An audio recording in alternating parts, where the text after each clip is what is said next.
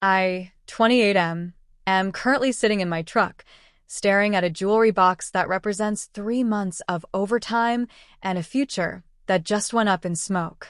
My fiancé, 26F, and I were together for 5 years. We were 4 months out from our wedding. We just bought a house. Well, I paid the $80,000 down payment for my inheritance, and I pay the mortgage, but she insisted her name go on the deed for security. Like a total idiot, I agreed because I thought we were a team. About 6 hours ago, my world flipped. My sister sent me a screenshot of my fiancé's Instagram story. It was a photo of her hand over a guy's hand in the cockpit of a very expensive car. The caption read, "Some boys never become men. Finally trading up. #new chapter #know your worth." I didn't call her. I didn't scream. I just went cold. I knew that car. It belongs to her boss, 42M, a guy she always called her mentor and claimed was happily married. I drove home and found half her closet empty. No note, no talk, just a trading up post to let me know I was dumped. I pulled up her boss's profile.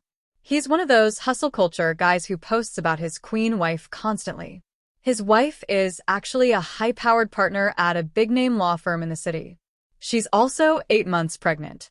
My fiancé thinks she's found a shortcut to a luxury life.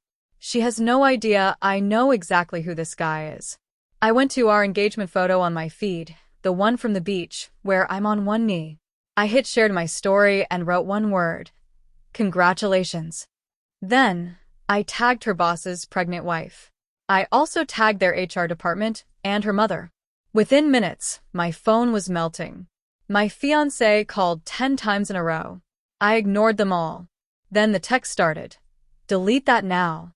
You're ruining lives over a mistake. This is why I left you. You're so immature." Her boss's wife saw it almost immediately. She actually commented on my post. "Thanks for the heads up. I wondered why he was working late at the Hilton. See you in court." Then the entitlement phase started. Her mother called me screaming that I was cruel and that her daughter was just caught up in the moment. She demanded I apologize because the boss was threatening to sue me for defamation. I told her it's not defamation if it's true and hung up.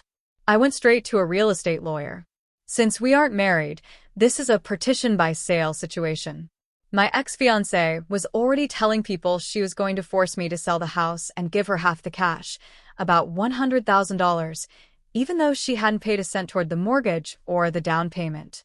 She literally told her sister she earned that money by giving me 5 years of her life. A few days later, she showed up at the house while I was moving some things. She looked like a wreck. His wife kicked him out, she yelled at me in the driveway. He's suspended from work. I have nowhere to go and no money because he's frozen out of his accounts. I'm on the deed. Give me the keys. I told her the locks were changed and my lawyer was filing an injunction because she had already documented her abandonment of the property by moving her stuff out and posting about her new chapter. She went feral. "I'll sue you for every penny. I own half this house. He's going to hire the best lawyers to destroy you." I just looked at her. With what money? His wife is the lawyer, and she's already started the process of stripping him of everything. You traded up for a guy who's about to be broke and unemployed. While she was living at a motel, I found her work laptop she'd left behind. I didn't have to hack it. She kept her passwords on a sticky note. I found a folder of travel confirmations.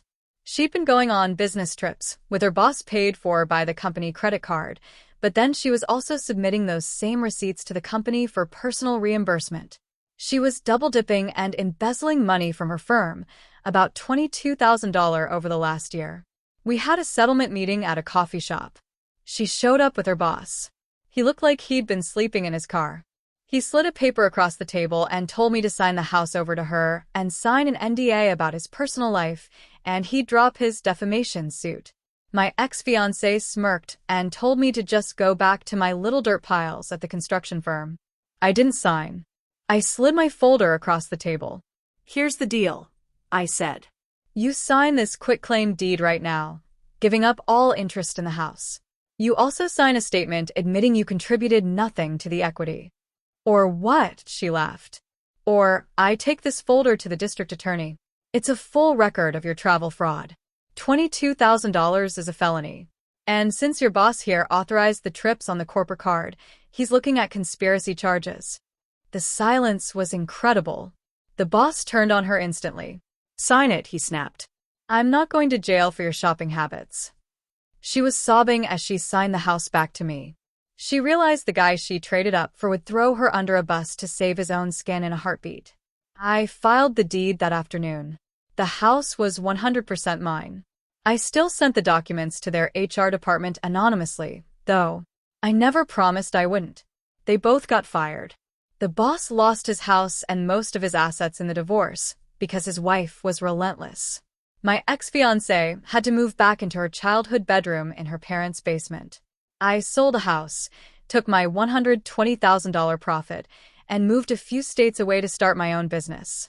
I'm sitting on my new porch now, and I just saw a 1 year ago memory pop up on my phone of us at dinner. I didn't feel a thing. I just hit delete. Sometimes the best way to win is to just give someone exactly what they were looking for and let them realize it's worthless. If you enjoyed seeing a trading up post turn into a moving back with parents reality, hit that subscribe button. I'm officially out of the house sharing business.